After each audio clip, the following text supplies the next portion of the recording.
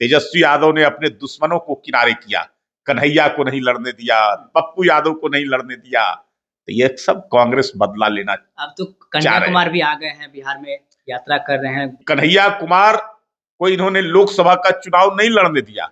इनको खतरा लगता है कि वो आ जाएंगे, युवा हैं, कहीं हमारे लिए जो है हमारे साथ खड़ा ना हो जाए। दिल्ली गए थे तेजस्वी यादव, आशा भरी निगाह लेकर के गए थे ना। उन्होंने किस लिए गए थे? तो कह रहे हैं कि भाई हमको नेता पेश करेंगे, नेता तय करेंगे। 7 लड़के लोकसभा में इन लोगों ने देख लिया है। उसके बावजूद जो है हार का सामना करना पड़ा और अलग अलग भी लड़े।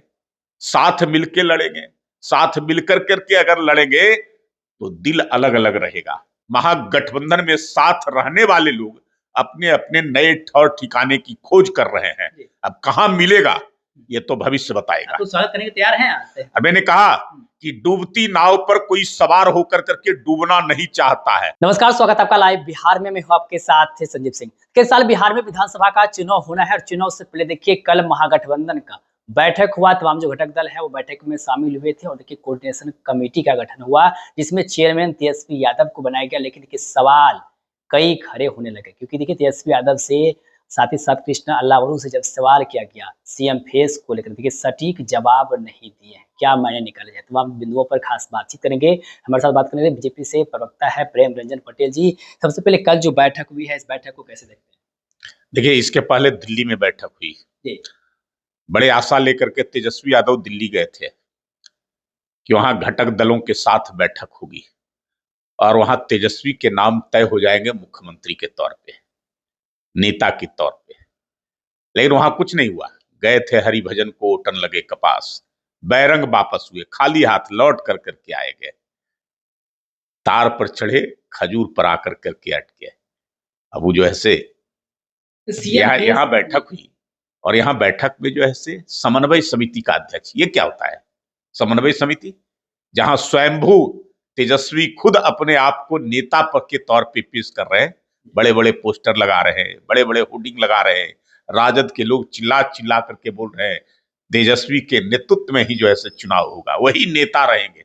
और कांग्रेस के लोग कह रहे हैं कि नेता तो जब विधायक जीत के आएंगे तब तय होगा, कोई मुख्यमंत्री का चेहरा नहीं होगा, कोई फेस नहीं होगा। आरजेडी वाले कहते हैं वो तो चलेगा, मुकेश सहनी भी कह रहे हैं कि सीएम फेस तेजस्वी यादव होंगे, लेफ्ट के भी लोग कह रहे हैं। लेकिन कांग्रेस पार्टी के कई नेता जब सवाल किया था, कृष्णा अल्लावरू हो चाहे राजेश राम हो, ये लोग जवाब नहीं देते हैं। कहते हैं पहले बैठक होगा फिर बाद में तय होगा। तो क्या इसके उनको पता है ना कि तेजस्वी के चेहरे पर लड़ेंगे तो जो पहले स्थिति हुई है महागठबंधन की, वही स्थिति फिर होना है, डूबना तय है। इसलिए कि तेजस्वी दागदार व्यक्ति हैं, इनके ऊपर कई सारे आरोप लगे हुए हैं, भ्रष्टाचार के, अवैध संपत्ति इकट्ठा करने का, कमाने का, ये सारे मामले इनके ऊपर हैं। तो उनको पता है कि पिछली बार भी जो है उनके नेतृत्व में चुनाव लड़ा गया था और उसके पहले मुख्यमंत्री बन गए थे। लेकिन जब ईवीएम खुला तो ढाक के 3 पात, धरा का धरा रह गया। अभी लोकसभा चुनाव लड़े थे, तेजस्वी का ही नेतृत्व था, लेकिन क्या हुआ? लाख कोशिश, लाख जो है पूरा कुचक्र, सब धरा का धरा रह गया। क्या लग रहा है? फिर हार जो है हार का सामना करना पड़ा। तेजस्वी यादव ने अपने दुश्मनों को किनारे किया, कन्हैया को नहीं लड़ने दिया, पप्पू यादव को नहीं लड़ने दिया। तो ये सब कांग्रेस बदला लेना। अब तो कन्हैया कुमार भी आ गए हैं, बिहार में यात्रा कर रहे हैं, वो कई जगह। तो इसीलिए तो करे तो कि कन्हैया कुमार को इन्होंने लोकसभा का चुनाव नहीं लड़ने दिया। इनको खतरा लगता है कि वो आ जाएंगे, युवा हैं, कहीं हमारे लिए जो है हमारे साथ खड़ा ना हो जाए। लोग उन्हीं को ज्यादा पसंद न करने लगे। पप्पू यादव आगे बढ़ रहे हैं। अरे भाई एकला चलो जो है अब दोनों को स्थिति है वही है। कांग्रेस जबरदस्ती कर रही है कि तेजस्वी यादव का नेतृत्व नहीं होगा और राजद कर रही है कि तेजस्वी के नेतृत्व में चुनाव लड़ेंगे। फिर भी तो जो है जा रहे हैं वहां बैठक में। किस लिए गए थे? वहां दिल्ली गए थे तेजस्वी यादव, आशा भरी निगाह लेकर के गए थे ना। उन्होंने किस लिए गए थे? तो कह रहे हैं कि भाई हमको नेता पेश करेंगे, नेता तय करेंगे। सब बातचीत पॉजिटिव रहा। अरे भाई कुछ भी कर ले, अलग लड़े, साथ लड़के लोकसभा में इन लोगों ने देख लिया है। उसके बावजूद जो है हार का सामना करना पड़ा और अलग अलग भी लड़े, साथ मिलके लड़ेंगे, साथ मिलकर करके अगर लड़ेंगे तो दिल अलग अलग रहेगा।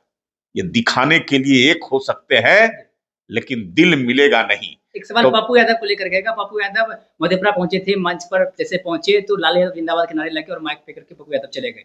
अरे भाई, पप्पू यादव कभी राजद में थे, सांसद थे, और उन्होंने कहा कि उत्तराधिकारी लालू के हम होंगे, लेकिन लालू ने कहा कि उत्तराधिकारी मेरे परिवार से ही होगा, मेरा बेटा ही होगा, मेरा बेटी ही होगा, दूसरा कोई नहीं हो सकता है, चाहे जादवे कोई रहे, कितना भी बड़ा नेता रहे, कितना बड़ा भी उसका जन समर्थन हो, लेकिन दूसरा नहीं हो सकता है। इसलिए पप्पू यादव को बाहर कर दिए।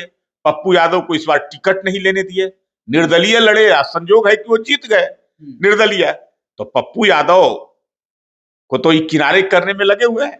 एक आखिरी सवाल मुकेश सहनी को लेकर के। मुकेश सहनी को लेकर कई तरह की चर्चाएं हो रही है, कहा जा रहा है कि एनडीए में भी आ सकते हैं, शामिल हो सकते हैं। प्रदेश अध्यक्ष ने भी कहा कि एक महागठबंधन के ऐसे दल के नेता हैं जो हमारे संपर्क में आधी रात को आते बातचीत करते हैं।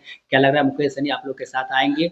देखिए, महागठबंधन डूबती नाव है, उस पर जो सवार होगा वो डूबना तय है।